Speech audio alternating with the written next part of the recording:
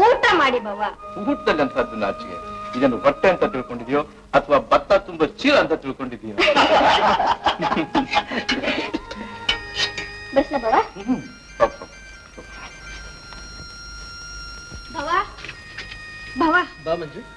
ಒಳಗಡೆ ಕುಣಿಲ್ ಅಕ್ಕನ್ಗೂ ನಿಮ್ಗೂ ಹಾಸಿಗೆ ಹಾಕಿದ್ದೀನಿ, ಬನ್ನಿ ಮಲ್ಕೊಳ್ಳಿ. ಬೇಡ ಮಂಜು, ಒಳಗಡೆ ತುಂಬಾ ಶೆಕೆ, ಇಲ್ಲಿ ತಣ್ಣಗೆ ಗಾಳಿ ಬೀಸ್ತಾ ಇದೆ. ಹೋಗ್ ಮಲ್ಕೋ. ನಂಗೆ ನಿದ್ದೆ ಬರಲ್ಲ. ನಿದ್ದೆ ಬರಲ್ಲ? ಬಾಬಾ ಒಂದ್ ಕಥೆ ಹೇಳಿ ಬಾವ. ಕಥೆ? ಇನ್ನು ಈ ಕಥೆ ಕೇಳೋ ಹುಚ್ಚು ಬಿಟ್ಟಿಲ್ವೇ ನಿನಗೆ? ಹೇಳಿ ಬಾವ. ನಾಳೆ ನಿನ್ ಮದುವೆ ಆಗೋ ಒಂದ್ ಗತಿ ಏನು ಅಂತ. ಯಾಕೆ, ಏನಾಗುತ್ತೆ? ಅವನು ಕಥೆ ಹೇಳು ಅಂತ ಹಿಡ್ಕೊಂಡ್ರೆ ಅವ್ನು ಮಲ್ಕೊಳ್ಳೋದೆ ಅವಾಗ. ಹೇಳ್ತಾನೆ, ಅವನ್ ಮಲ್ಕೊಂತಾನೆ ಅಷ್ಟೇ.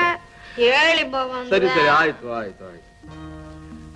ಒಂದಾನೊಂದು ಕಾಲದಲ್ಲಿ ಉತ್ತಾನಪಾದರಾಯ ಅಂತ ಒಬ್ಬ ರಾಜ ಇರ್ತಾನೆ.